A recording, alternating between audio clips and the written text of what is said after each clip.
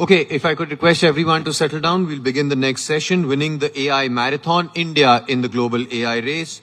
On the panel, the Honorable Minister from India, Ashwini Vaishnav, Minister for Railways, Information and Broadcasting, and of course, Electronics and Information Technology. Ronnie Chatterjee, the Chief Economist of OpenAI from the US. Vinod Dham, Founder and Executive Managing Partner at the Indo-US Venture Partners in the United States.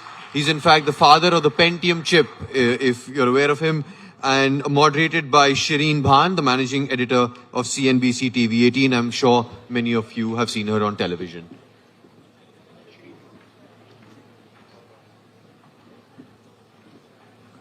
Shireen, over to you. Good evening, ladies and gentlemen. What an absolute pleasure it is to be here at the Raisina Dialogues to talk about something that the world is fixated with, the AI race and where India finds itself in the race at this point in time, what's happening globally.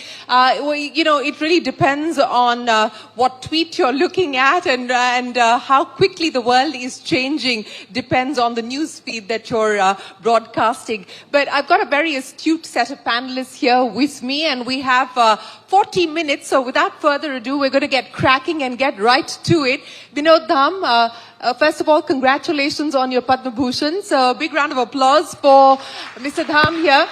But if I could get started by talking to you about this AI race that we seem to be talking about at this point in time. One, where does India find itself in the race? Are we in the race? Are we outside of the race? Are we at the middle of the race? Number two, what should we prioritize at this point in time from an Indian perspective as we talk about the AI landscape? Thank you very much, and thanks for inviting me. Hello. Good evening. Thank you very much, and thanks for inviting me to this panel. I took a few minutes to jot down my thoughts for this question. The rest of it, I'll just go explore. I think I have a 5-point plan for India to win the AI marathon. Of course, the first thing is you have to be in the marathon to win the marathon. So if you're not in the marathon, you don't win the marathon. And with that intent, actually, interestingly, I had come down here a couple of weeks ago and had the opportunity to meet with Honorable Ashwini ji, whom I meet in connection with being an advisor to the India Semiconductor Mission. And I had the same phone with these notes about what would it take to be in the marathon. And before I could even open my phone and talk about them, he had already gone the very evening, and I was waiting for him to inaugurate, I think somewhere in some hotel in Delhi, 14,000 GPU clusters for AI. So give him a big hand of applause. The reason I want to bring that up is this is not the India I knew 15, 20 years ago. This is India where they are one step ahead of even the ideas the advisors are bringing from abroad, which is really a remarkable thing to be knowing. So anyway, I think what I would like to talk about is there are 4 things needed to really succeed. First, of course, is skills. Now, skills for AI, if you already have IT or software skills, are not that hard to transform to. The reason is, fundamentally, people who are in software and IT services have a computer science degree. And if you have learned linear algebra, you have learned statistics, you have learned calculus, you can very quickly learn how to build neural networks, learn about deep learning, do the backpropagation, and learn about transformers, which was a single seminary event that really created ChatGPT and this whole OpenAI phenomenon in November of 2022. So I think it's not that hard for our kids to learn this technology, and we have deep talent and very wide talent, and that's the biggest strength India has when it comes to AI today. Now, when it comes to models, of course, there are companies like OpenAI and now a host of other companies who are also creating models, Google being one of them. And then there are open source models like Llama and Mistral and Falcon. So you didn't mention DeepSeek. I'm sorry? You didn't mention DeepSeek. I will mention DeepSeek, and I'll take a second to, let me first deal with DeepSeek because it seems like it's a thing waiting to be talked about. I will let actually Ronnie talk about DeepSeek. He's an expert. But my view of DeepSeek that I deeply studied and all the paper they published and everything that went on, and me personally losing 18% of my value of NVIDIA stock for a stupid reason, is really DeepSeek was built on top of OpenAI's training. So it's not like DeepSeek existed in vacuum and they just came up with $6 million investment and showed us how to do inference. And by the way, it was an inference step where they did some reasoning and they paused, and they, of course, it required a lot of calculations and compute at that time as well. But really, DeepSeek is built upon OpenAI technology. It's built upon US technology. So I don't think anyone should be misled to believe that by themselves, only with $6 million and 4 engineers, they came up with a thing like that. Okay. At least that's my view. I'll let Ronnie tell me whether I'm right or wrong. Yeah, I'll get to Ronnie in just a second, but you want to finish your... I want to. So I think India should approach models with a hybrid approach. That is, they should use open models. And since it's very expensive to build, by the way, models, LLMs. So we don't need to spend billions of dollars that Ronnie has spent already. We can just leverage that and then build models in our multilingual languages in a hybrid approach. So that's one thing. And we need those models for government, medical, military, defense, and they should be proprietary. We should not use Western models to do very confidential things that we need in this country. Okay. And the last 2 points are, you need lots of compute, and to run the compute, you need lots of energy. And lots of compute being, we need lots of GPUs. And one of my recommendations would be, beyond the government of India really doing some private-public partnerships, do an ISM type funding. You know, the government of India, MITI, came up with $30 billion funding for semiconductor program. I think AI will need a similar kind of funding for next 3 years, $50, $100 billion type of investment to really run this marathon and stay competitive in this marathon. And energy is an important thing because these chips need a lot of power to run, and we will need to multiply our energy sources. Well, thank you very much for setting the context for the conversation that we're about to have. So the big advantage really lies on the skills side. The big ask at this point in time is on infrastructure. Ronnie, I'll come to you in a second, but let me get Minister Vaishnav to respond to what we've just heard there from Vinod Dham.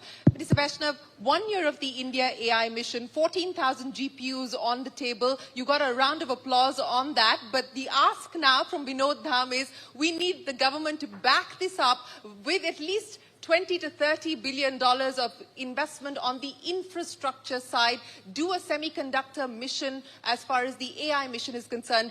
Can you draw parallels with the experience that you've had on the semicon side? Can we expect you to replicate that on the AI side? Absolutely, yes. And I thank Vinod for such a nice way of structuring the entire context. One, making GPUs available as a common compute facility. That's done. 14,000 GPUs already inaugurated. Two, the most important part of the entire AI journey is getting the data sets. So we have set up a common compute kind of structure called AI Kosh. That is also done. And today morning we signed an MOU, the India AI Mission and the Indian Parliament. We signed an MOU. So because Parliament has a very large data set in multiple languages over a period of time. So that will be a very good training resource for training our models. That's done. And many more other, like Doordarshan, All India Radio. There are many other sources of data which is available. Third, getting our own GPU chip. That's very, very important. And we have already started working on it, working with the industry, evaluating different options that we have. And we got really good, bright professors, bright startups who are willing to contribute to that journey. So that is also in place now. Hopefully we should be able to finalize the best option very soon. Fourth, having our own LLM, because whatever the world says, if it's open source today, it may not remain open source tomorrow, which we have seen in the case of OpenAI. I think we should also change the name. better to have our own LLM. I don't think we should be shying away from that. So I think we are taking the problem in a very methodical, very systematic way. The part on talent is very important, and that's where we have a major advantage. And we have a template in front of us. In case of 5G, we set up 100 labs in universities so that the students can actually learn it on the real 5G environment, real tools. In case of semiconductors, 240 universities and institutes combined, 240 institutes we gave the latest EDA tools so that the students can actually learn what is a chip, how to design it, and really get their hands, get the real experience. Similar approach we are following on AI also.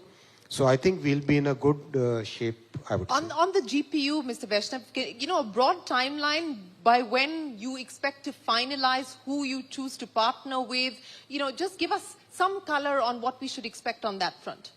In short, 3 to 5 years, 3 to 4 years, I would say, to get your good, reasonably good capability GPU up and running.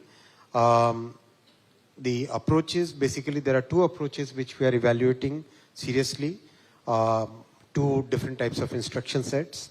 Which one we will finalize, or will we take both the instruction sets and move forward? That is something which the experts will decide. Mr. Dham, he's keeping you on your toes. That was part of your wish list that India should build its own GPU, and Ashwini Vaishnav has already taken up that challenge. Absolutely. I'm proud of him and proud of him saying that. And I think we need it. And also, the time frame he's given you is very reasonable, if not on the aggressive side, because these things are very complex. They take a very long time. And I think there's a lot of realism in what Ashwini ji just said. Okay, Rani, let me come to you now. Number one, are we likely to see a name change anytime soon? But more importantly, I want you to put on your OpenAI hat, but I also want you to put on your former White House CHIPS Act coordinator hat and tell us what you believe the future holds as far as public-private partnership is concerned, and how do you believe it's likely to play out for an emerging economy like India? How important will that be? Well, Shireen, first, thanks for having me, and it's an honor to be on a panel with Vinod, who's the father of the Pentium chip, one of the greatest innovators and investors, and the Honorable Minister, who's really leading the way around technology transformation in India. We've been here basically to listen, to understand what's going on in this market, and it's incredibly impressive. So when you think about the meetings we've had over the last couple of days, one, the Honorable Minister mentioned data sets, huge ingredient to building large language models. And India, and the government in particular, has done a fantastic job in terms of making those data sets, public data sets, more available, which is going to be really important to the future of AI. Two, people. I mean, I heard a statistic today that India graduates about 1 million or more STEM graduates every year, depending on how you identify STEM. And when you think about the talent base and their ability to adjust to what's hot in the market, that's an amazing advantage. Even when we talk about the transitions that are going to happen around the world because of AI, if you have 1 million people coming out every year with a new set of skills and a population of 30 years old or younger for the next 30 years, it's a huge opportunity for India to stay on the cutting edge. So you have that ingredient too. And now these investments in AI infrastructure, which is such an important piece of it, the data centers, the GPUs, the energy hookup. I mean, even on the stage, we've now launched a new AI infrastructure initiative. So we're making good progress. Here's the things I think are really interesting in India. One is, what are those killer applications going to be? When you think about the impact of AI on the economy, us economists, I'm very sorry, we're all over the place. We predict it'll be 1% of GDP, 30% of GDP. People have tons of different estimates.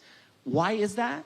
Because we're still figuring out how this is being used in organizations. We're still seeing frictions to adoption in government, in business, into SMEs. But over time, you'll see a convergence on a huge economic impact. The question is, what are those applications and key verticals going to be? In India, it could be in education. It could be in defense or healthcare. It's going to be up to the people in the Raisina Dialogue audience and around the country to figure that out. As someone who led the implementation of the CHIPS Act in the last administration in the United States, I can tell you I see a focus around the world, not just in the United States and India, around investments in critical technologies, supply chains, and infrastructure. And I think it's reflective of a world where national security and the subject of this conference, geoeconomics, is becoming predominant. When I did my PhD, we lived in a world that was very globalized, where everything was about sort of knocking down barriers, trading, right, and assuming the best intents of countries around the world. Now we're entering into an era of more contention, nationalism, populism, and you're seeing countries around the world adjust accordingly. It doesn't mean to me, though, that the US and India can't have a very strong relationship and that OpenAI can't be a good part of it. I don't expect any name change for OpenAI, but ChatGPT might be called Chatterjee GPT. But that is what I will promise the Honorable Minister, okay? That's my only... Well, we look forward to that. But Mr. Vaishnav, that's a very important point that Ronnie mentioned there.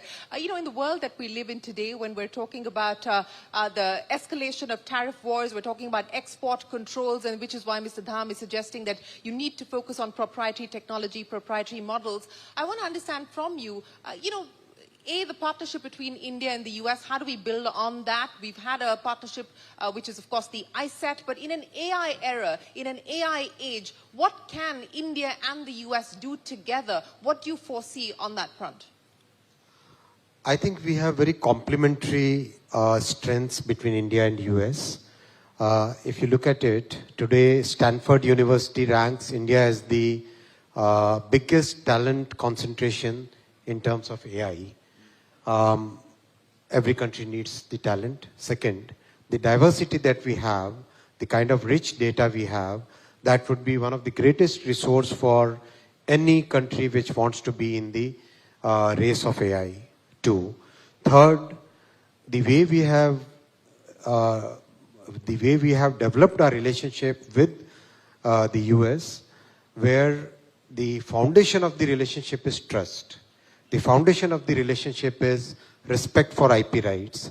The foundation of relationship is to co-create and co-develop technologies. That thing is something which has happened over a period of last 10 years, and that is a very big strength for both the countries. I think the two of us will do a lot of things together. I think that will be a good win-win for the entire world. But you don't believe that Make America Great Again could overshadow this partnership that you speak of? See, I think today's world is quite different from the past when it was win-lose kind of situation. In the world of technology, I think it's more of win-win, and the pragmatism with which we are approaching our foreign policy, our Prime Minister is very clear in his mind, and our External Affairs Minister has a very practical approach.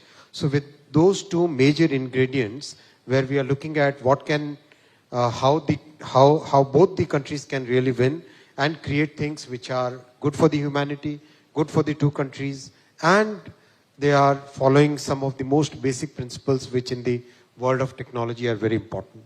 I think that works well. Yeah, I just wanted to add on to when Honorable Prime Minister Modi ji was in Washington last month, he talked about MAGA, which is what you're referring to, right? Yes. And he also talked about MEGA. Yes.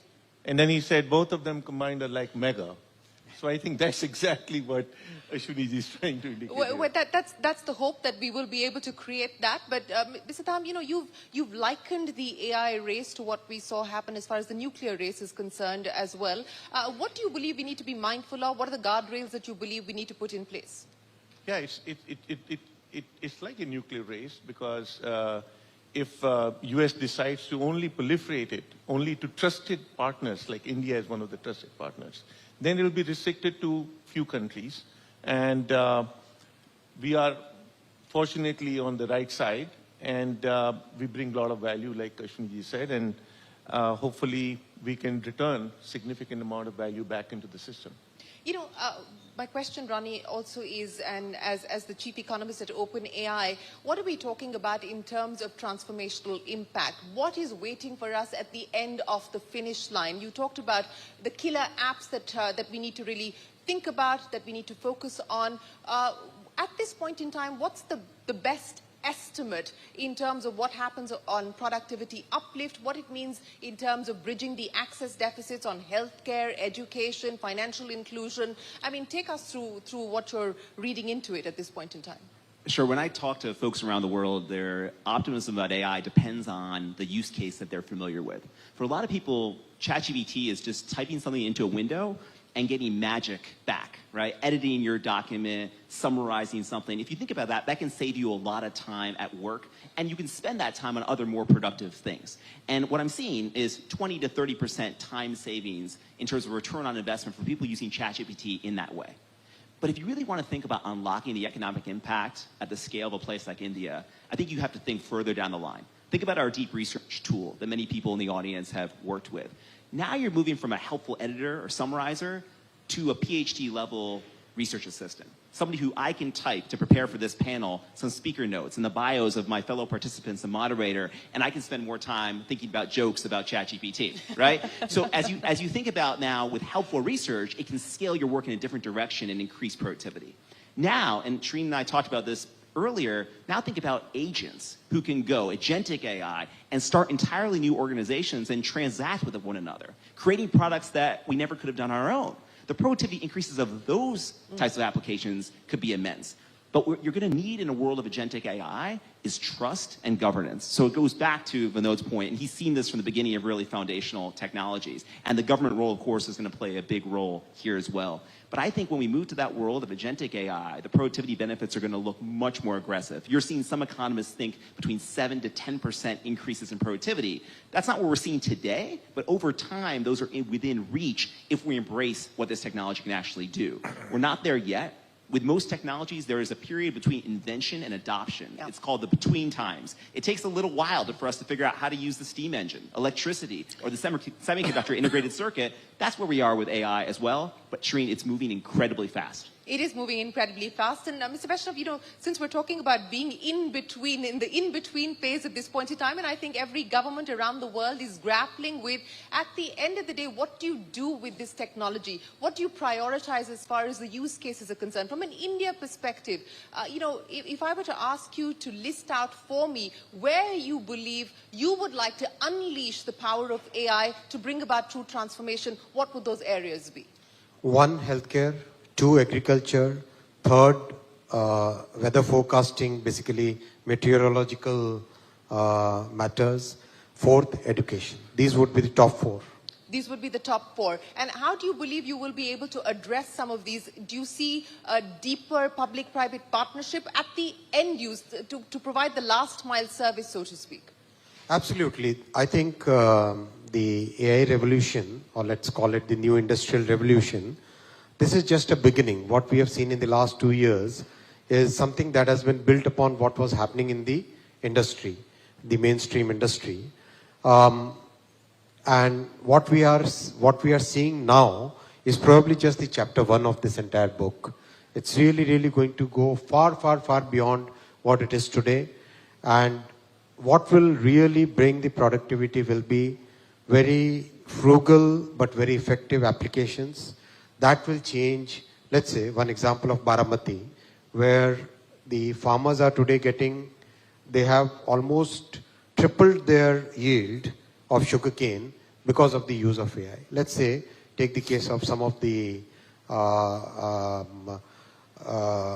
industrial applications where in case of maintenance, what was such a big, onerous, very difficult task to go under the machines and see what the situation of the different components is now getting very easily done using AI cameras with computer vision and getting those algorithms right and making sure that you are giving priority 1, 2, priority 3, priority 4 to the people who are actually going to maintain those equipment.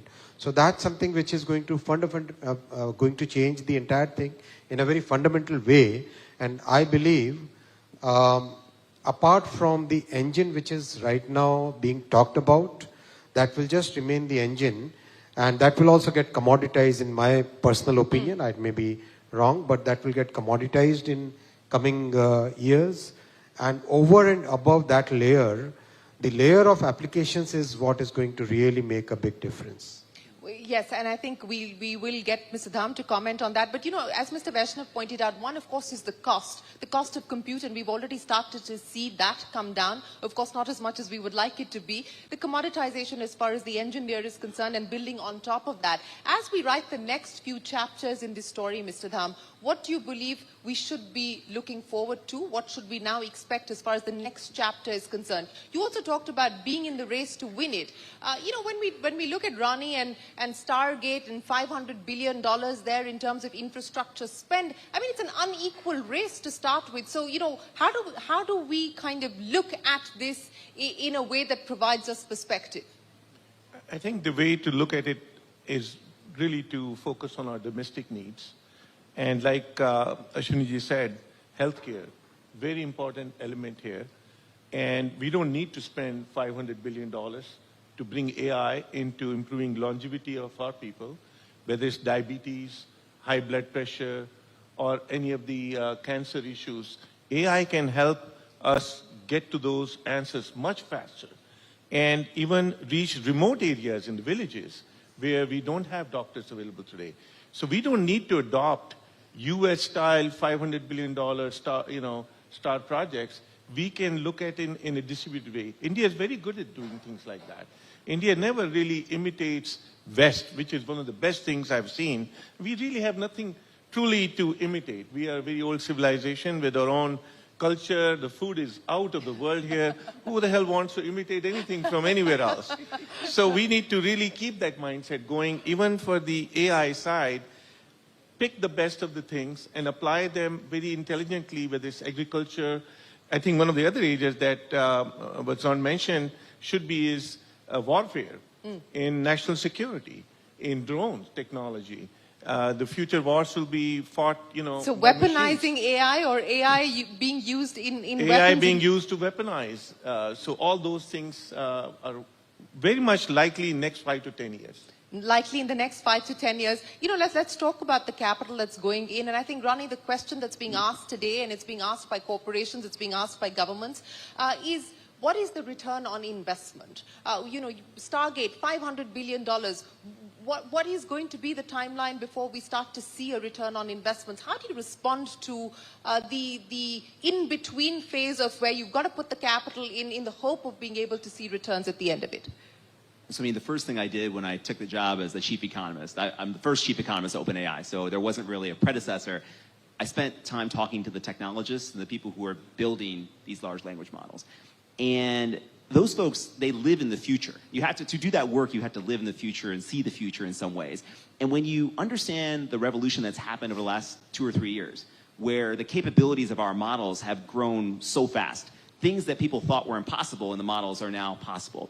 You start to understand that, the laws of scaling, as they're referred to, are going to require more compute. And that's why, as a company, right, we believe that infrastructure is destiny, and the investments in Stargate, properly calibrated with milestones in the right places at the right time, will make good sense. Now, there's been lots of challenges to these scaling laws over time, and you mentioned before, of course, the DeepSeek example. But even with our new models, our reasoning models, and you're seeing this rise of test time compute and the power of inference, which is also going to use a lot of compute. To me, just as Vinod said, I'm actually not too worried about these challenges to compute, because I think as an economist, the cost of intelligence going down, the cost of compute going down is a good thing. And in fact, we're going to have so many applications to use it.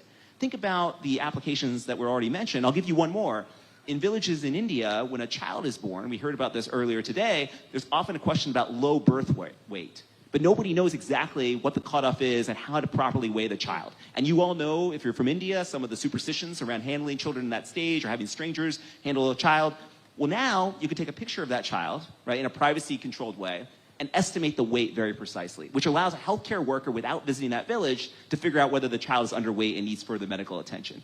It's those kinds of innovations that can make the impact you're talking about. They don't require massive infrastructure investments yet, but they can be really useful. So this is kind of where I see a lot of opportunity here. If India decides also that this AI infrastructure bet is one they want to make, that's fantastic as well. But in the US, as we saw it, based on where the models are going, we think the return on investment is going to be very positive in the next 5 years. I'd just like to add, the talk in the media on the ROI is that if you just imagine the next move in AI is agentic models. Yeah. And agent is like a human. Just think of it like that. And if you have 10 agents working together, there are 10 humans working together. If they can create an output which can save, let's say at the minimum, one head count. One head count is like, in American terms, they talk about $10,000 a year, which is a reasonable number.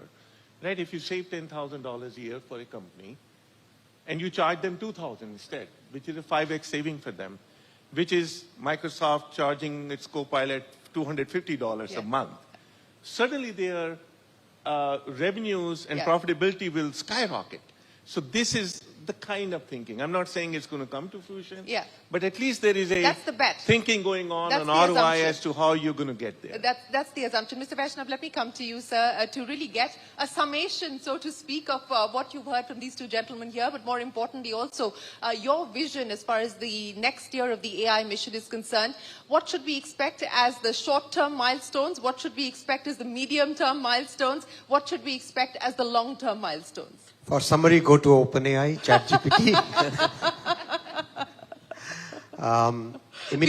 We need a proprietary vision, sir.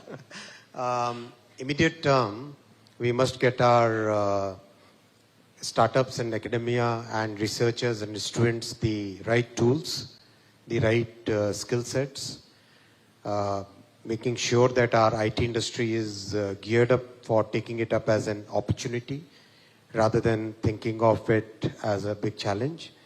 That is the immediate term goal. Mid-term focuses on getting the LLM in place, making sure that our GPU strategy is progressing well, making sure that our universities have changed their course curriculums so that they are able to generate a continuous stream of well-trained, great talent. That is the mid-term. Long-term, of course, we need to keep our eyes focused on our goal of 2047.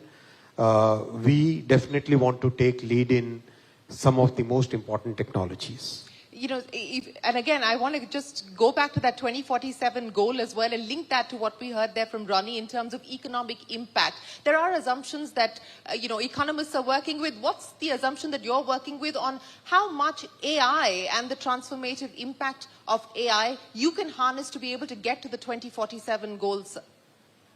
See, when new technologies come, getting the ROI equation solved for it, I don't think that's the absolutely the right approach.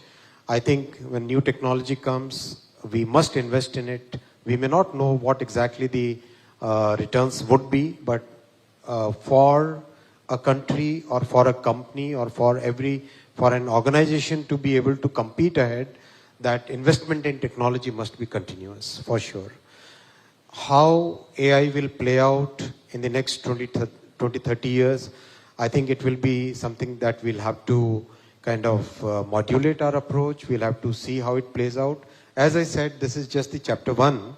And as AI evolves, and there's going to be a lot of mathematical innovation which will go into this. I remember my IIT days where I built the first text-to-sound transformer, that T in GPT, right? So that transformer which I built, from those days things have changed a lot. But some of the fundamental math behind neural networks, some of the fundamental math behind AI, that remains constant. So that math, when it gets applied into the newer AI models, that's going to bring about changes which we, at this point of time, we can't even imagine. What I would say is embrace technology, use it properly, make sure that it is good for society, and make sure that the harms which can come from it are also controlled. What is exciting you the most as an engineer? Are you reliving your IIT days? Do you feel like you want to be back in a lab, Mr. Vaishnav, tinkering at this point in time? A couple of days back, I was in IIT Madras, and the energy of that place was phenomenal. Those boys are doing some good work on Hyperloop, and I'm the 72nd member of that team. So it was real fun. That gives tremendous amount of energy. IITs have their own charm. Yeah, they certainly do have their own charm. I'm going to end by asking you, because I know the minister has a hard stop at 6:40. Are we in the race? Are we at the starting point? Where are we today? We are very much in the race. We are in the first inning of the race, not at the starting point. And like Ashwini said, it's a multi-inning race. This will go on for a long time. And we need to just stay there and continue to invest appropriately and make sure we don't fall too far behind. I'm glad that you moved from race to cricket, which is probably appropriate of an analogy to close the conversation when we talk about where India finds itself, the role and relevance of AI. Ronnie, I'll give you the final word. Well, first, just thank you. And I think going back to the IIT Energy, the students and young people in India are really the future in a big way. And I think leveraging the universities to produce cutting-edge innovation, to improve on this is something that's worked in other parts of the world. And I think that's another opportunity here with India, given how many people are going to university and the kind of research happening at institutions all around the country. So I'm just excited to watch and support however I can. All right, gentlemen, thank you very, very much for joining us here. There's plenty of optimism, Thank you. confidence, and maybe get the three of you back to talk about where we find ourselves in the AI race and all the suggestions that you've made and the promises that the government has made to take that forward. Appreciate your time. Thank you very much, ladies and gentlemen. Thank you so much. Thank you so much to all the speakers and of course the moderator. If I could invite all of you to the top of the stage for a photograph. We will be taking